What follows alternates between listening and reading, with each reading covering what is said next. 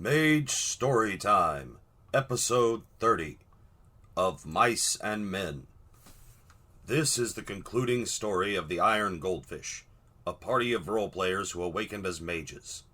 Our cast includes Alwi, who manipulates time with his phone; Bard, a mind and spirit mage who uses superheroes as his gods; Critical, who improves the luck of others through his own pain; Handy, a correspondence-using thief who steals items at long range; Kitty, who empowers his stickers and cats with spirits; Tello, a postmodern mage who uses a hodgepodge of skills to manipulate forces and matter; and Weeb, who uses his life skills to enhance his martial arts and Chinese medicine.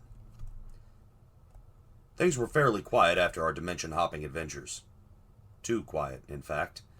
As the weeks rolled into months, we got more and more paranoid. All of our contacts, both human and supernatural, suggested something big was just over the horizon, but no one knew what it was. The entire magical community was on edge, and that tension was getting to us. So it was almost a relief when the bird showed up. Almost. The bird was pretty easy to identify, being bright yellow and all. It fluttered toward us with its tiny wings and oversized, almost bulbous head. As it landed, the bird turned toward us and asked if there was any putty tats around. It didn't take a genius to figure out this little guy was one of Coyote's people, which the bird helpfully confirmed when we asked. The problem wasn't figuring out where the bird had come from. The problem was figuring out why Coyote had sent someone, or something, this fucking blatant. There was no way anyone seeing this little critter would not know what it was, and it wasn't wise or healthy for a mage to go around openly violating reality, let alone a mystical being whose existence was already in doubt. Bard, Weave, and Critical started down this line of thinking and quickly became terrified. The little yellow bird gave a little hop, whistled to interrupt us, then said that Lord Coyote wanted to see us. It had barely finished speaking before we snatched it up and went to pile in the oh fuck mobile. Coyote didn't waste any niceties when we arrived. He got straight to the point, telling us, "He's finally gone and done it. The madman's really done it." Who? I mean, he's been talking about it for years, and the little schemer's been on the rise for decades. But who would actually do something like this? Who? The madman's gonna destroy us all. Greedy such-and-such can't be satisfied with owning almost everything. He has to get the whole rhubarb. Who? The mouse! Who the frack do you think? The lunatic has only gone and stolen the heart of joy from the umbral realms. He's trying to use the focal point of childlike joy and wonder to empower himself and change the world's paradigm. He's been picking away at it for years, but now he's finally decided to go nuclear on us. If he's successful, he could destroy the whole world. Or worse, remake it in his smiling, soulless image. Corporate rule as far as the eye can see, and before one of you cynics says anything, at least now they pretend to have higher ideals. Imagine if they didn't have any restraint whatsoever. We pointed out that we were a bunch of mages, and had access to the anarchist cookbook, so we could probably do something about it. Coyote informed us we didn't have enough explosives. We couldn't go at him through the umbral realms, where he was far too powerful. But he liked games and puzzles, and had some guardians at his west coast abode that kept the keys to the heart of his kingdom, whatever that meant. So kill the mini-bosses, find the keys, and assemble for the big bad. We could probably do that. Probably. That just left us with the problem of how to get there in the first place. We decided to teleport to Weeb's cousin's house and use that as a base of operations, since he was a wizardly sort too. From there, we toyed with teleporting into the park, or breaking in the middle of the night, but decided that even the mundane security was too good. Every inch of the park was covered with cameras, and a couple of randos literally appearing out of nowhere would get flagged as off pretty quickly. Or at least that's what our paranoia told us. And if we disguised ourselves somehow, we would still be subject to the tracking bracelets some of our party told us we would be supplied with. Likewise, if we tried to take on the appearance of cast members, we would have to be the exact height, weight, and shape, or we would stand out. The mouse took his fantasies seriously. So, probably safer all around to go in the front door as paying tourists. Plus, Alwi was going to enjoy the theme park experience. Apocalypse be damned. With that in mind, we decided that we were successful business people and could treat ourselves. Plus, cash covereth a multitude of sins. We walked through the gates without any trouble, discussing telepathically where our foe might have hidden the heart of joy. Someplace distinctive or well secured, we figured. Someplace that seemed secretive or wondrous or magical. We really didn't have any clue. So we followed Always' lead and headed toward the sci-fi section at the back of the park. He didn't have any real reason to go there either. He just wanted to ride some of the rides. We didn't get more than a few hundred feet down the main avenue of the park before the loudspeakers, which had been piping in innocuous soundtrack music, blared to life and a high-pitched voice came on with an announcement. Good morning, everyone. It has just come to the management's attention that we have some special guests joining us. Some corporate spies from our loony friends over at the Rabbit Studios. With this, a chorus of boos and hisses arose from every throat in the park but ours. We'll let them stay incognito for now, but if you're lucky, you might get to see mock battles between our guests and our wonderful cast members. Regardless, if you see anything strange, remember that everyone is a trained professional and it's all for your enjoyment. Have a magical day! Well, shit. It was a little disturbing that we got made so fast, but we chalked that up to powerful deities being powerful. We figured our best approach was to keep our heads down, ride some rides, and maybe keep our eyes open for some passive reconnaissance. With that in mind, Weeb, Alwee, and Handy got out their phones and a list of characters and started getting some pictures. This was mostly for touristy purposes, but also allowed them to check out the cast members. As we went along, we also reached out with our mystic senses and were quickly rewarded with impressions of magical power all around the park. There seemed to be one in each region, and as we walked through the Fantasy Kingdom, we noticed that the energy there seemed to congregate around a blonde character at a strange tea party. Or maybe near her would be a better word. We were going to stop and investigate, but Alwee kept pushing us toward the sci-fi section. As we got closer, we also noticed one of the mascots that seemed to be following us. It was a small duck in a pink and purple dress. Weeb recognized her and immediately went for an autograph. She smiled and said, "Greetings, Deviant. Be aware that you're being watched. Of course I'll sign your autograph for you." We took our warning under advisement and continued on our way. Happiest place on earth, my ass. We spent a little while wandering around the science fiction section, enjoying the new rides and marveling at the decorations. While we walked and stood in line, Tello, Kitty, Bard, and Critical all noticed that there was a lot of spirit energy coalescing around the place. Tello hypothesized that it was the spirit of the franchise yearning to break free of the mouse. She said it felt as if a million fans cried out and were suddenly silenced. We thought that might be it, but agreed that the mouse, for all its evil, was still a more responsible parent to the franchise than George Lucas. Anyway, when we started to follow the mystical accumulations, and we found the patterns congregating around a small, futuristic bassinet. As we approached, a small light green figure in a cloth robe stood up in his crib and slowly blinked his enormous bright eyes at us. We stopped dead in our tracks, uncertain of how to handle this, but immediately suspicious of the weapons-grade cuteness being deployed against us. We decided we didn't have the heart, or balls, to fight this thing, so we opted instead for a peaceful approach. Well, most of us did. Alwee raced forward squealing in excitement and trying to hug the baby, until a bluish, translucent arm appeared out of thin air and clotheslined him. To be fair, he was a strange man trying to hug someone else's baby, which we informed him of when he regained consciousness. Thinking more reasonably, Tello walked forward holding a large piece of candy in front of her like a warding talisman. When she approached, the infant took the candy in one hand and Tello's finger in the other, and shook gently. She smiled, and the rest of us went, "Aww." It was so sweet and innocent that Bard threw up a little in his mouth. We had to get out of there before whatever was affecting us became permanent. Fortunately, the candy seemed to have worked, which is why you don't set infants as your guardians, folks. Tello asked a few questions, but the baby apparently didn't know more than most babies, and wasn't particularly helpful. As she and the baby talked, the rest of us noticed that, in the blankets and things piled in its crib, a small key seemed to be poking out. Tello offered more candy in exchange, and didn't have too much trouble convincing the little tyke to hand over the boring key for some nice, lovely sweets. Like taking candy from a baby? On Tello's instructions, Handy stole a large, novelty-sized Toblerone from an airport gift shop. Then Weeb grew it a foot larger. Taking his massive candy bar, the alien infant smiled and began to fade into a swirling blue light. After he went, Tello passed the key to Handy to store in his bag, and barely avoided stabbing him with the sharpened back edge. It was a little knife on the back of a normal-sized key. A tiny keyblade. And even a cursory glance could tell it was stuffed with spirit energy. Having figured out that there was probably a guardian for each of the 9 regions of the park, and given the spirit energy, probably a key for each sphere of magic, we decided to move on to the next area. After a few more rides and photos, that is. But eventually we made our way southward to the Bayou theme section.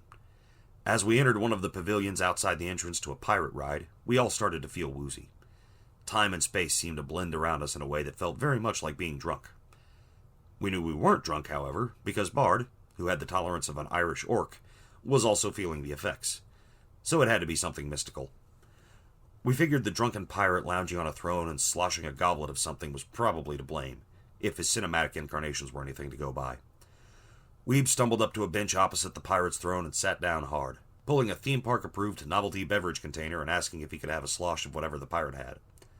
He shared what turned out to be soda, but the magical kick was still there.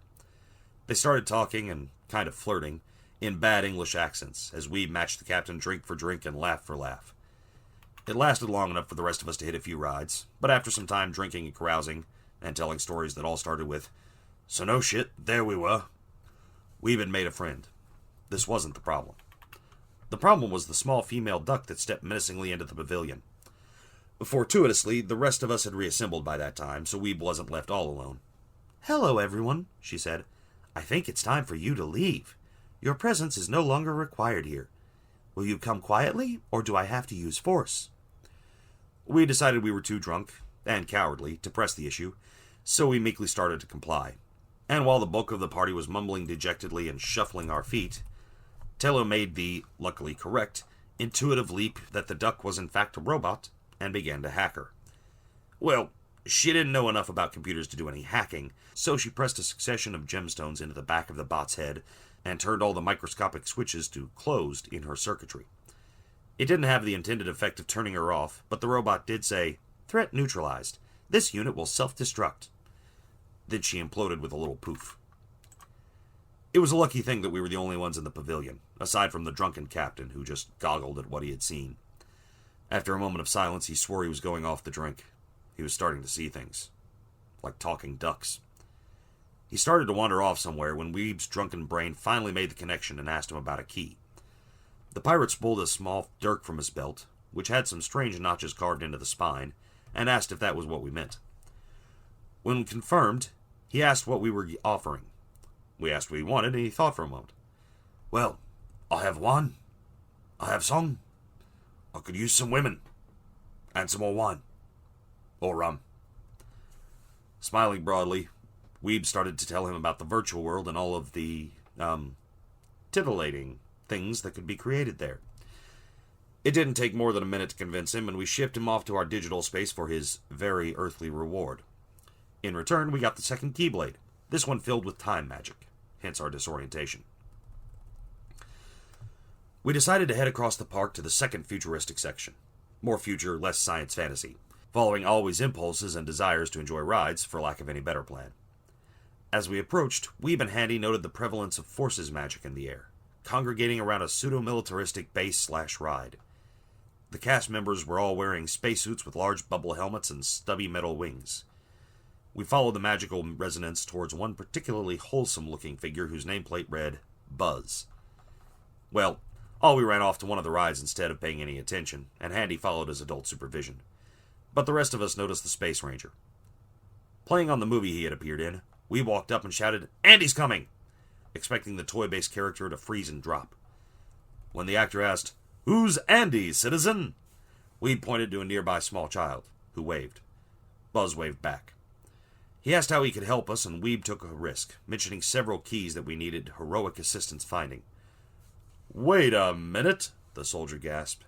"You're the deviants I've been warned about, aren't you? You're under arrest for suspicion," he said, pointing his wrist at us. It started to glow menacingly.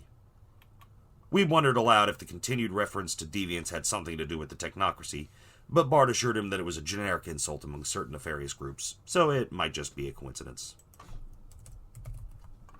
While the rest of us were being held at laser point, Ollie and Handy were getting bored waiting in the line for the mountainous ride with a stellar theme.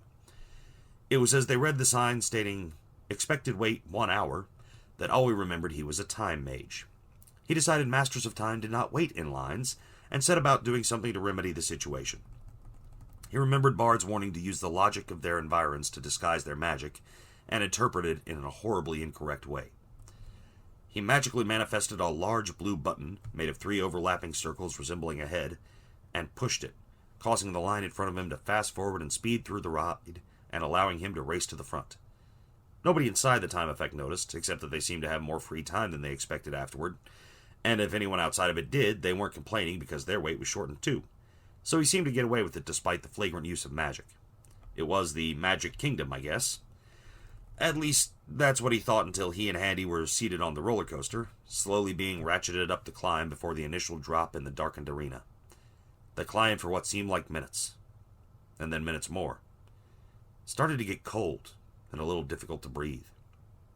After a little while, they started to feel some sort of pressure all over, like something was pulling at every part of their body. Fortunately, this last sensation made the coin drop for Handy, who realized the roller coaster's mountainous climb had taken them into literal space. Paradox is a bitch. He wrenched open a portal back to the park, grabbed Alwee by the arm, and dove through, tumbling out of a darkened hallway into a castle attraction back on Earth. They did not check to see if the other people in the car had been brought along into space in the first place, so they may or may not have left 4 other tourists to die. Heroes! Alwee was just making a comment about that not being too bad when a small, feathered figure slammed web-footed first into his skull, knocking him senseless. The figure ricocheted off the mage into Handy, sending him reeling. The female duckling landed gracefully and turned to apprehend Alwee, saying, "You were warned, deviants. Now you will be taken for experimentation to determine just how much paradox you caused." Handy wondered how the robot had reappeared when we had already destroyed it, but when he brought it up to the group later, we pointed out that if you had one assassin robot, there was no reason not to have an army of assassin robots. While the robot was distracted, handcuffing the unconscious Alwee, Handy thought fast and created a light image of a cartoon rabbit, its ears done in a cinnamon bun hairdo, saying, "Help me, Doc, you're my only hope," and broadcasted into the sky like a beacon. Back at the paramilitary space headquarters, we were all under threat by a big-chinned space ranger. Without a better plan, Weeb trusted to the power of bullshit and started pouring it on thick and heavy. In his best commander voice, he said, "Well done, soldier. You have done your command proud. We are doing a routine test to make sure our operatives have their eyes open, aware, and alert at all times. You have exceeded our expectations, which was expected." As he was putting on his act, Bard put in a surreptitious spirit call and summoned the ghost of a starship captain into Weeb, filling him with confidence, smarm, a lust for green women, and a bad toupee. It filled the already confident Weeb with an aura of pure command, although it did make his speech a lot more stilted. That, plus the Space Ranger's dimness. Look, they don't hire cast for their brains. Not to say they're all dumb, but it's not the qualifying attribute. Sold the story. And the Space Ranger snapped to attention. He was all but falling over himself to help us, especially when Bard accidentally referred to Weeb as General. The Ranger wondered aloud why there was a general in a naval organization, then reasoned that he must outrank even the admirals. We couldn't have asked for a better patsy, and we spun him a story about safekeeping the keys, then asked for his. He pulled a small red crystal from under his gauntlet and handed it over. When Weeb pressed a little button on the side, a small inch-long light blade extended from the end of the crystal. We thanked the spaceman, encouraged him to be on guard for any more deviants running around, and made a hasty escape. Before we got too far, Weeb began making unsavory comments under his breath about some of the young ladies at the park, and Bard remembered the spirit inside him. He exercised the spirit of sleazy charm with a slap to the face and a paternity suit. After he had finished retching, he said it felt like his soul had been dipped in velour. Weeb threatened to kill Bard if he ever pulled something like that again. Bard started to make a counterclaim, but the argument didn't have time to really get started, as at that moment the entire park was treated to the image of a cross-dressing rabbit asking for help filling the sky. We were bright enough to figure out it was meant for us, but didn't really know where it had originated beyond over yonder. So after some quick debating, we pulled out our MacGuffin stones and teleported to our stricken comrades. We arrived to see the girl duck menacing a battered Handy. Critical popped in with a cry of, "Hey there, could you not?" Everyone paused to take in this request. Then the robot answered, "No." "Please?" "Sorry, orders are orders." Weeb, for his part, was still infected by some lingering remnants of the spirit of sleaze. He had been having some unpleasant thoughts about all of the women he saw, even the robot, and decided enough was enough. Plus, he figured the empty castle room in which we were gathered was a good enough place to purge himself, so he lit himself on fire with mystical flames. The robot, reacting to our programming, turned and aimed her arm at him. Her hand dropped down and a nozzle whirred out, and she began to spray what must have been fire-retardant foam. It probably would have worked, except that Weeb was determined to purge himself, so he began a kata to transmogrify the foam into more fire. Her solution to that was to pump in more foam, which he kept transforming, until he finally had enough to channel the excess into a blast straight into the robot's face, which knocked her back and left her cranium a half-slagged metal skull. Bard called a hero and delivered a super-powered punch to the duckling. The robot rode the punch and launched into a backflip, landing on the wall before rebounding back to the attack. Or she would have, if Critical's curse of fragility hadn't caught up with her just as she reached the wall, causing a bolt in her leg to shear, making the whole thing crunch and fall off. She landed on the floor, hopping on one foot and ready to resume the attack. You might say she was hopping mad. Note, the editorial staff would like to apologize for this joke. The party responsible has been sacked. And shot. While she was distracted, Weeb swallowed the fire and channeled it into his fist, which he used to punch through her torso from behind in a shower of gears and bolts. The small crowd that had gathered applauded wildly at the special effects spectacular they had just witnessed. We bowed and politely made our escape with our unconscious teammate. Once we were in a safe area, we healed Aoi. At least physically, although he was still unconscious. Figuring we couldn't reasonably transport an unconscious adult through the park, other measures were settled upon. A cackling Weeb went to work, and before long we had a baby Aoi nestled in a carrier on Weeb's chest. With that settled, we headed toward the fantasy area where we had sensed a presence near a young blonde actress. We found her at a small cottage, but the correspondence magic centered on the branch of a small tree nearby on some invisible entity. Handy opened up a small portal in his bag, snuck his hand through, and made a grab for what we assumed, based on the girl's character, was going to be a grinning invisible cat. Handy remembered the invisible part, but apparently forgot about the cat, and got his arm raked with unseen claws for his trouble. As he yelped and pulled his hand back through, Weeb, a cat over, gave a heavy sigh. He healed Handy, then instructed him to open a portal to any random pet store and steal us a bag of catnip. Between the pain and the sameness of the box stores, making it hard to get a magical bead on one, it took a few tries, but he eventually got it. Weeb, with some advice on drugs from Bard, and the spirit of Timothy Leary, then set about making the catnip super dank. He held it aloft and let nature take its course. It wasn't long before we were greeted by a disembodied smile, and in even less time a deal had been struck. The cat pulled off one of its claws, the base of which was notched like a key. The smile mentioned, "You know, I was told to guard that with my life. But I am a cat, so..."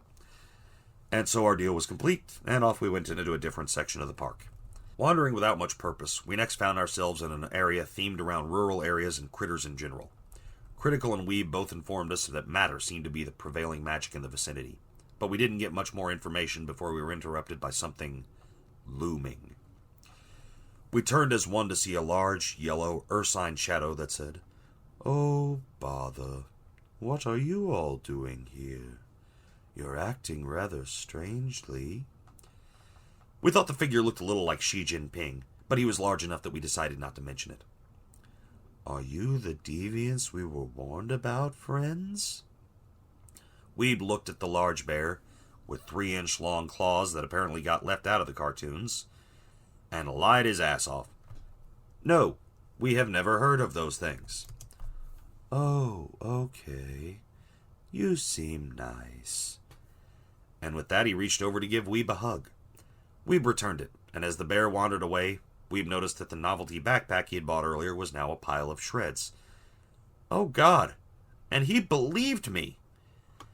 We figured that since this creature was originally created as a child's plaything, he might be inclined to play with our childlike party member. Or we could feed him the baby. Then we decided that honey would probably work just as well, so we had Handy steal a jar from a nearby grocery store. Not that we couldn't afford to buy it, but where are you going to find raw honey in a theme park? Then Weeb crafted a large earthenware pot with the word honey cutely misspelled on the side. Finally, Bard started to gently, because there were witnesses, shake Aoi awake. That's when the little guy went ballistic and Bard reflexively flung himself out of the way.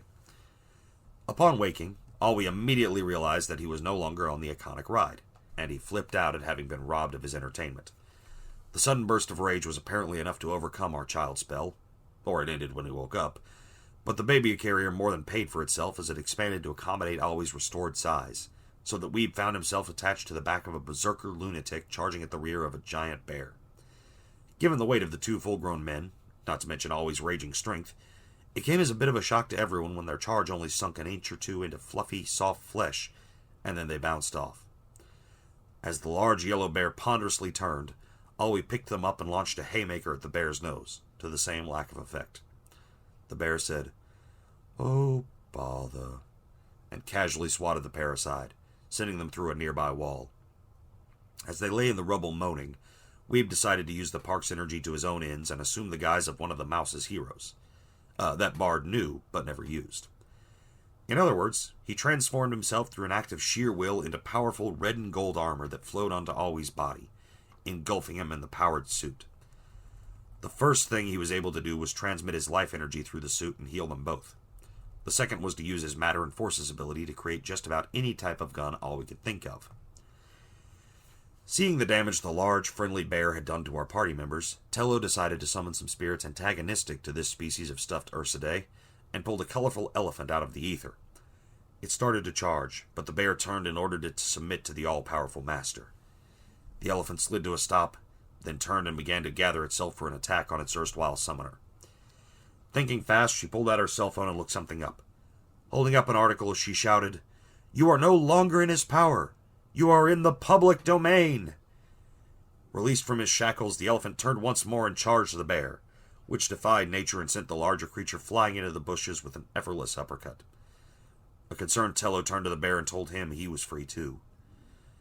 "I know who my master is. He gives me life. And he still owns all the movies." In response to Tello's attacks, the bear summoned his tiger friend, who looked a lot less stuffed and a lot more tigerish than we were led to expect. The tiger leapt into the air in a very bouncy fashion, pouncing where Critical had stood moments before as the mage flung himself aside. At this range, Critical could tell that, aside from the claws, and no matter how realistic it looked, the creature was made of cotton. Between the tiger and the bear, things were starting to look bleak when Handy took drastic steps. Knowing that the bear and all his friends were the creations of an author told to his young son, who grew up to hate the stories, Handy reached across the world into the former child's grave and pulled his hand out of his bag, holding aloft a moldering femur bone. The heart-wrenching reality of this sober memento mori had an immediate effect, sucking the joy and magic from the region. The stuffed bear and tiger, their faces downcast, simply turned into dust and drifted apart with the wind.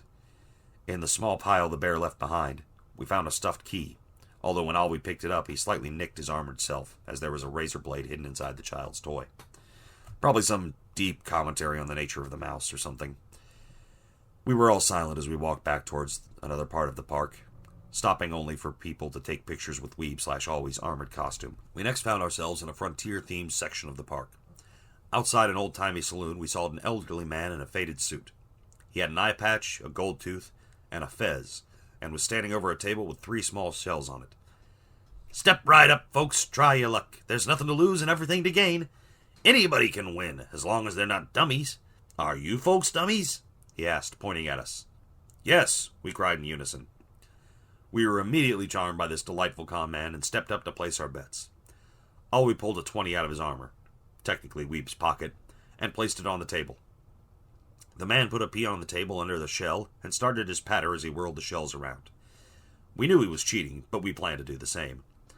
Armor Weeb placed a tracking reticule on the appropriate shell in his heads-up display, and followed as the grifter moved them about.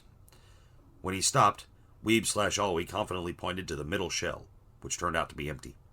The huckster made sorrowful noises and offered to let us try again. Weeb, confident that there was no way he could have gotten the wrong shell, agreed to play once more. The same thing happened, as it did the 3rd time they played, the 4th, and the 5th. By the 7th try, we went into a huddle, and Critical told the frustrated armored duo that the conman was using entropy magic to change probability. The pea was never under any of the shells. It was palmed with magical speed and was replaced where it needed to be. Weeb responded that he knew and had a cunning plan. Bard asked if it was as cunning as a fox who had been named Professor of Cunning at Oxford University, and was reassured when Weeb answered in the affirmative. After another few rounds, Weeb finally howled in frustration and shouted, "One more! Double or nothing!" The grinning conman agreed with indecent haste and started his shuffling and talking once again. This time, Weeb didn't bother to track the shells. He gestured toward the middle one and exerted his will. When the old man lifted the shell, his grin fell as he saw the magically generated P that Weeb had placed there. As he sputtered and gasped in shock, he started to back slowly away from the table, but Bard and Critical moved behind him before he could make a break for it. We helpfully informed him that we didn't actually want his money. In fact, he could keep all of the money we had spent thus far. All we wanted was a special key. A relieved con man gave us a shaky grin and held up a pink, fuzzy die, out of which projected a small key with a sharpened tip. He handed it to us and began to walk away, when Kitty grabbed him and asked for the real key. The man chuckled nervously, then took back the pink die and gave us a fuzzy blue one instead. Critical, our entropy expert, confirmed its magical nature, and we let the relieved con man go about his illicit trade. We wandered toward another section at the back of the park. We felt the mind magic permeating the region as soon as we entered, and so we were prepared for all sorts of mental trickery and shenanigans. We were not prepared for the large, anthropomorphic female mouse in the low-cut overalls. All of us in the group were of an age to have grown up watching this female gadgeteer and her ranging compatriots in their cartoon adventures, and all of us males had felt strange stirrings in our child bodies at the appearance of this mouse. Nothing compared to what a basketball-playing bunny would do to us later, but still. All of those feelings came flooding back, and we were all suddenly distracted and unable to move freely. It was the worst for Alwi, who was currently wearing Weeb and got to feel his arousal over his entire body. Fortunately for everyone concerned, Tello was A, female, B, asexual, and C, not a degenerate, so she had no problems talking to the grease-stained mouse. Also, she had a little background in science and technology.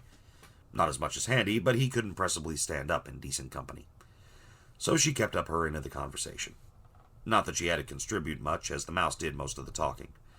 Apparently most of the guys she tried to talk to mostly just acted weird, and it was nice to have someone to chat with. Tello guided her away from the rest of the group as they conversed, and after the mouse had run herself out of chatter, Tello asked politely for any special keys she might have. "Well, I was supposed to guard it, but you're just so nice," the anthropomorphic figure said, and handed over a large utility knife which contained a blade, a screwdriver, some pliers, several other useful tools, and a key. While Tello dealt with the distracting mouse, the rest of us stood around and tried not to be near any children. We were standing behind some convenient bushes when a small voice piped up, "You are under suspicion of being deviants and or predators. You will be apprehended." The robot duck had found us again. This time, Alwi decided to deal with this character in a manner she would appreciate, or at least her cartoon version would. Weeb had offered to make any sort of gun, so Alwi asked for one that shot unicorns. Weeb had meant something like a blaster or a stun gun or something sonic, but that didn't mean he couldn't do something that outlandish. Still, a full unicorn was a bit much even for Weeb's bullshit powers, but he was able to quickly craft a large cannon and begin firing little plush unicorns. There was even a rainbow tracer effect as the felt projectile slammed into the robot, knocking her back but not doing any damage. At least until she caught sight of the unicorns and started to squeal with joy. They giggled when she hugged them. As the barrage of cuteness slammed into her, the robot's joy sensors were overloaded, and she shorted out. Our physical issues abated, we left, but not before Weeb and Alwi fired a mess of plush unicorns into the crowd of screaming children that had gathered. From that end of the park, we took the tram around the perimeter to visit the jungle area on the other side. Once we got off, we spent a little while walking through heavily wooded paths, brushing aside creepers and vines that dangled down thematically. We could feel the life magic all around us, those of us who dealt in that sphere anyway, but couldn't pinpoint a locus. That was probably because the jungle itself was alive, as we soon learned when several of the vines that we brushed against entangled us and began constricting. We heard an "ah" as a figure swung into view. We weren't worried, though, as we had dealt with the real jungle lord in the center of the earth, and this ersatz bowdlerized version didn't intimidate. He didn't even have any dinosaurs to threaten/seduce us with. In response to his appearance, Alwi asked Weeb for a tiger gun. Weeb pointed out that this would generate approximately all of the paradox, and countered with maybe a snake gun. As they pondered aloud, and the rest of us pulled strangling vines off ourselves, they eventually settled on transforming a vine into a snake. Feeling this needed a bit more Texas, Bard summoned the willing spirit of Pecos Bill, who had once turned a rattlesnake into a lariat, and imbued Alwi with supernatural might. This process took several minutes, however, during which time the jungle figure landed and began to coil for a pounce. Weeb, Alwyn, and Bard were completely oblivious, distracted by their ingenious plans, so Critical decided to take matters into his own hands. He paced forward a few steps and laid a geesh on the vine swinger. Trying to give him something in character, Critical ordered the man to find the white ape. Without another word, the jungle lord leapt into the trees and swung away, for about 100 feet, where the park's decor changed and he dropped to the sidewalk and broke into a run. Moving quickly, Alwyn lashed out with his new snake whip and latched onto the loincloth, where he sincerely hoped the key was kept, as opposed to the prison wallet. Thereupon, a naked man streaked through the park, pursued by security and duckling robots, while we pulled a carved wooden key with a fired spear point on it out of the disgusting loincloth. We only had one key left to find. The Americana section of the park was, appropriately enough by some reckonings, filled with prime energy. We all felt the figure coming before we heard his yuck. Alwyn was lost in a fanboy frenzy and ran over to hug him. Fortunately, this particular character was used to that sort of reaction. He asked if we had seen any deviants around, and we mentioned some perverts in another area who shouldn't be allowed around kids. He sounded convinced until he pulled out a wanted poster he'd been given and said, "Gosh, wait a minute. You folks are the deviants. It's not nice to lie to a friendly fellow like me like that. I'm afraid I'm going to have to take you all into custody." Andy tried to distract him by asking how he differed from another cartoon dog, but the answer he gave us was, "Haven't you heard of evolution, friend?" While we kept his attention on us, Alwyn/Weeb kept up their fanboyish hugging. But it wasn't just Always love keeping them there. Weeb did his best to try and locate the key he knew the Everyman character had through magical means. Apparently, the evolved Dogman noticed, as he yucked and returned Alwyn/Weeb's hug with interest. They didn't feel anything wrong when he did. In fact, they felt normal. Almost aggressively normal. Then Weeb tried to magically pickpocket the prime key, but his magic refused to work. Nothing he tried was working, which was especially distressing because he was currently a suit of armor. He really didn't want to spend his life like that. Alwyn, for his part, also felt normal and wasn't trying to do anything, but he noticed that he couldn't feel his avatar. By that point, the Everyman started to insist that the deviants leave the park. Critical suggested that maybe he should just forgive them. This gave the character pause, and he said, "Well, gosh, I don't know. I think I was told not to. Let me check. Yup." And he pulled out a piece of paper with a list, on which, written in capital letters, were the words, "Don't forgive them." Tello, thinking fast, used some surreptitious magic to change the words to "Don't not forgive them." When she pointed out that he must have misread things, he took another look at the paper, then squinted at her and shouted, "Well, you're a deviant too! You changed this!" He gestured emphatically at Tello, and she felt a whomp. Then everything felt normal.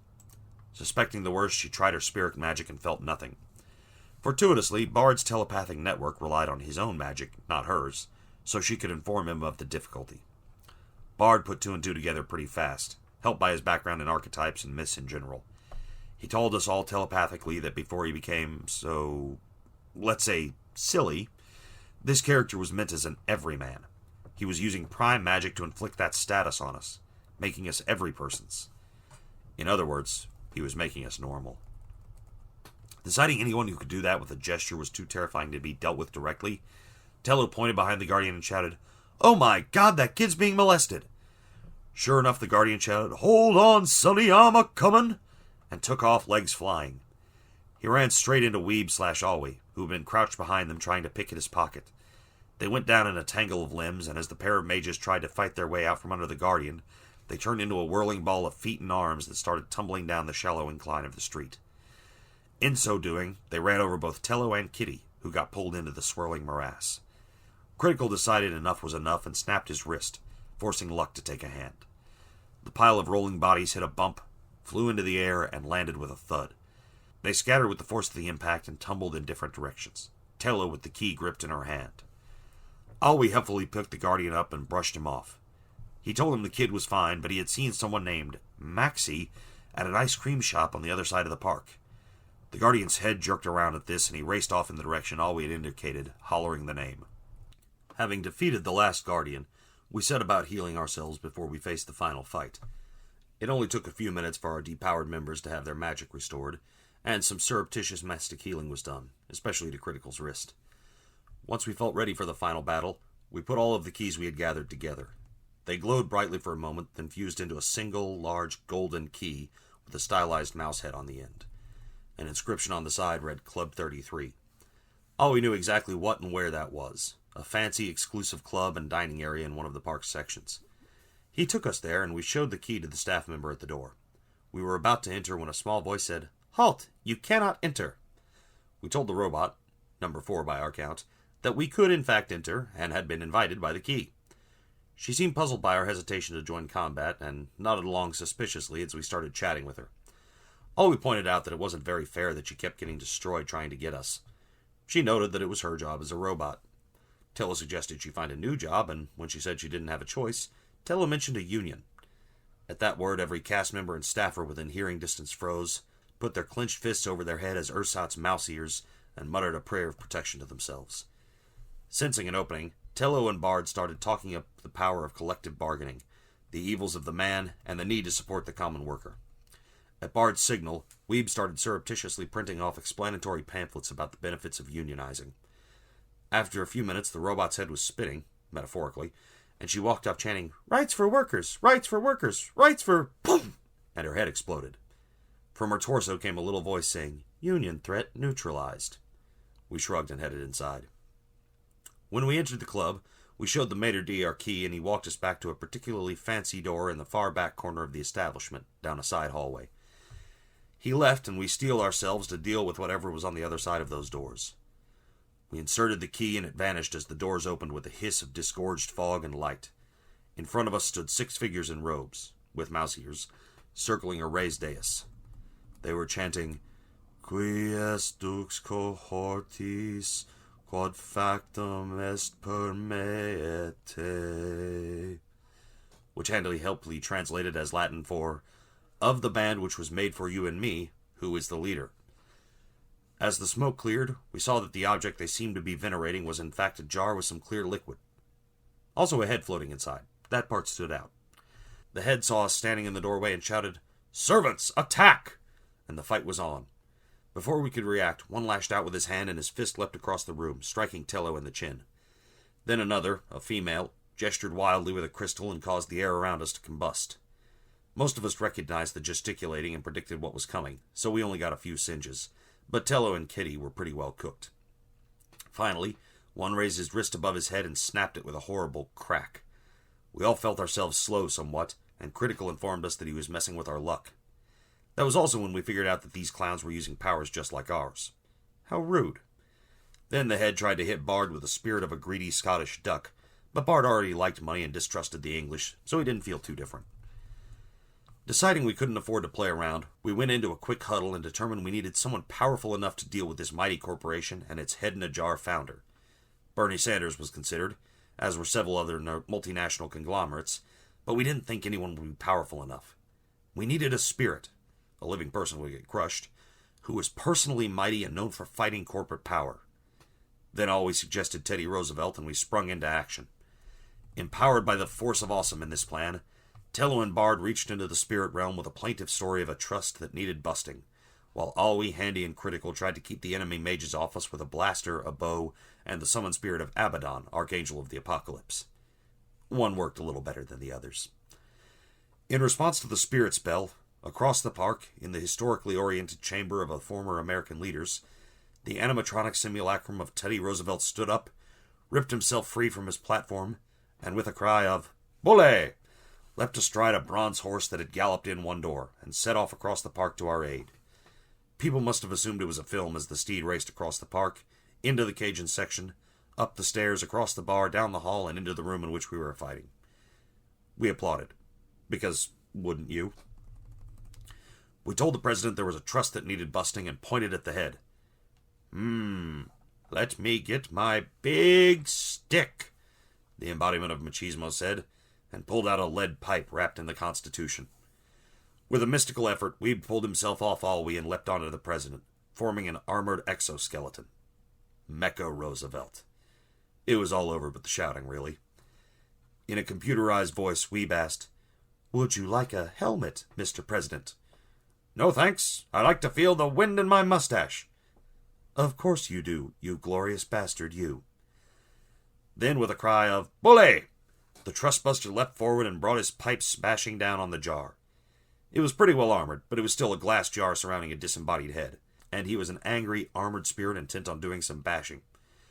It wasn't long before the head was rolling on the floor, sputtering curses and anti-Semitic mutterings.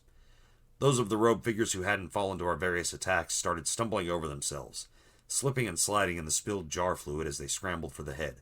But Handy, our resident soccer player, quickly fielded it and kicked the head out the door.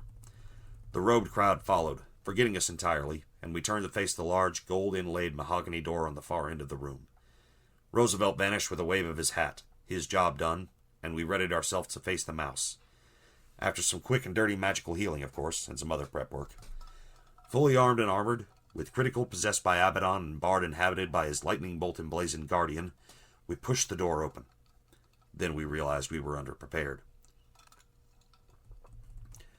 As the door slammed open, we found ourselves no longer in a room in a theme park, but standing on the edge of a cliff as thunder and lightning crashed around us in a decrepit castle perched precariously on the edge. From somewhere came the strains of Night on Bald Mountain, as a huge mouse-eared demon reared up from the flaming pit before us. "Ha-ha! Welcome, fools, to your doom!" he squeaked in a voice that was too high-pitched for his massive frame. We stared at the giant before us, wondering how we were going to take it down. Or at least most of us were wondering. Weeb had planned for this. He turned to Critical and said, "Akira me!" Aware of Weeb's intent, Critical unleashed a concentrated blast of chaotic magic that set Weeb's cells into overdrive, causing him to bulge and expand in horrific, anime-esque fashion. Or that's what the attack normally did anyway, killing the victim in an explosion of mindless flesh and change. Weeb had magic, however, and was able to use his life and matter energies to direct and alter the excessive mass. He pulled Alway further inside himself as he grew and expanded, forcing a cockpit around him as he changed into a titanic mech, which looked oddly hound-like. The mechanical speakers blared a high-pitched squeal which we shortly figured out was Weeb giggling. As Bard played the War Cant of Mars on his phone and to empower the machine spirits in Weeb's new form, the mech turned to face the mouse, weapons primed and chainsword, expanded by Kitty's enchantments, whirring to life. "You fools cannot hope to stop me! It matters not how powerful you get. You are drawing on intellectual property, and I am the avatar of corporate greed." "Your first cartoon becomes public domain in 2024, Tello shouted in defiance. "That's what they said in 2014, and look what my lawyers did. And that was before we started remaking everything in live action to extend the copyrights without paying for a new script. Ha ha! Within the next 50 years the corporate wars will come, and then my conglomerate will reign supreme. We already own the governments in all but name, but soon we will rule the world openly, and my master Mammon will triumph." We conceded that he was probably too sneaky and had too many lawyers for us to thwart that way, and we couldn't come up with any witty retort, so we decided to go with our old standby. Excessive violence. Or that was the plan, anyway, until the mouse went, "Oh, you think you're cute," and backhanded the Titan with a fist the size of a mid-sized sedan. The top half of the mech spun 360 degrees while the legs stayed in place. In retaliation, Handy placed a magic mirror in orbit and enhanced it with Force's magic, and some quick back-of-the-envelope calculations, turning it into a small space laser suitable for orbital bombardment. When he unleashed the first volley on the gigantic mouse, however, the demon only staggered a bit before shouting, "You didn't think that would hurt me, did you? I have more power than you could possibly imagine, and I will use it to transform this world into my master's image." Gesturing dramatically, he caused a boulder sitting in the lee of the crumbling castle to split in two. As the halves slid apart, a large dais raised up from underground to present a white pedestal with a humongous red button, just the right size for the demon to delicately push. Glowing at the center of the pedestal was a mystic ball that had to be the Heart of Joy. We all decided that was a bad sign. Tello called out to Bard, "Doesn't Lucifer owe us a favor?" That said, the two of them were able to make contact with little trouble. Friends in low places, after all. But all the charming devil would say was not to let the mouse push the button. And maybe shoot him. That's what you get for expecting sympathy from the devil. In fact, none of our attacks seemed to be able to damage the beast. No matter what kind of magical whammy we threw at it, the demon just shrugged it off. We were apparently out of our depth in terms of sheer firepower. That just left getting weird, which happened to be our forte. Inside Weeb's cockpit, giggity, Aoi began familiarizing himself with the controls. Before long, with Weeb's help, he had crafted what he referred to as a sequel cannon, which shot a beam that would siphon off the mouse's power through the horribleness of his straight-to-video sequels. We weren't sure quite how it worked, but fortunately that's not a concern when magic's involved. The poor quality of the shameless cash grabs would embarrass even Mammon. Aoi/Weeb blasted our foe and the demon shrieked in agony. There was a bright light, then a small, human-sized, visibly inbred, or possibly bootleg, copy of the mouse appeared on the ground and scampered away. As Weeb and Aoi let loose with blast after blast, the gigantic demon shrank in size as each ersatz copy was split off. They didn't get things all their own way, however, as the demon mouse let loose with a psychic blast. The duo found themselves blinded by images of the world burning and armies of corporate goons swarming over the face of the globe in some sort of cola war. Blood and carbonated water everywhere. It distracted them somewhat, but we had seen weirder things, so they were able to shake it off without too much trouble. Plus, Weeb was embodying the spirit of Grimdark, so he was completely nonplussed. Aoi slightly concussed himself shaking off the images, but he was mostly fine. Well, actually, he knocked himself out, but he was fine. Seeing the effect the sequel cannon was having, Tello decided we should hit the demon where it was weakest, in the wallet. She used her matter abilities to craft horrible bootleg knockoffs of the mouse and its various properties. These were having minimal effect until Bard helpfully called over some Chinese spirits of innovation, not to mention the spirit of disregarding intellectual property rights, to imbue them. This seemed to cause the demon a bit more pain, but still wasn't anything compared to Handy's innovation. Using Google Maps and correspondence magic, he located a dump near a Chinese factory town that made knockoffs of the mouse. Then he opened a portal under the dump and over the demon's head, burying him in an avalanche of cheap crap that sapped his market share. A squeaky roar of rage followed, and he slapped the smile off Handy's face. Metaphorically speaking. You have to be clear about that in our line of work. Tello and Bard, meanwhile, took advantage of the distraction to run over and try to smash the pedestal on which the big red button perched. They managed to put some dents in the stanchion, but weren't sure they were having any real effect. Piling on, Critical pulled out his magical D20 and threw it straight at the monster. Unfortunately, he wasn't much of a pitcher, and the die landed on the ground, where it glowed with a brilliant 18, then launched into the air, burning brightly. Its white flames illuminated the entire sky as the die, now a shooting star, described a parabolic arc behind the back of the castle, making it look enchanted and magical for a brief moment. Then the D20 hit the monster in the eye, and he staggered back with a cry of, "Ah, motherfucker!" About this time, Weeb decided to do something with his unconscious passenger. After several attempts to communicate verbally, he enacted his stimulus protocol. Being new to being a machine, however, Weeb was not aware that this stimulus was in fact a medium-sized diode forcefully extended up through the driver's seat, followed by a few thousand volts to the fundament. What Weeb also did not know was that Kitty had activated a sticker causing his actions to double. Useful when shooting twice in a fight, not so much now. From outside the Titanic mech, all the rest of us heard was a deep voice saying, "Aoi, Aoi, are you awake?" Followed by a bzzz and an ah, and a deep sorry. Then another bzzz ah, oops. But at least our friend was awake and ready to fight something. His thoughts stimulated, as it were, by his recent experiences, he decided to ask Weeb for a lightning cannon. Weeb obliged, although it had a large yellow tail on it for some reason. The mech let loose with everything it had, and the withering blast, on top of the strength-sapping sequel cannon, shredded the demonic beast. He was noticeably smaller than he had been, slump-shouldered and visibly wearied by our assaults. One last shock from the lightning cannon was enough to rip chunks off his flesh. As bolt after bolt was unleashed, the demon staggered back and screamed. He flailed and fell with a mighty scream, right onto the red button. A calm voice stated, "World ending in 3, 2, 1. And before we could act, there was a little poof.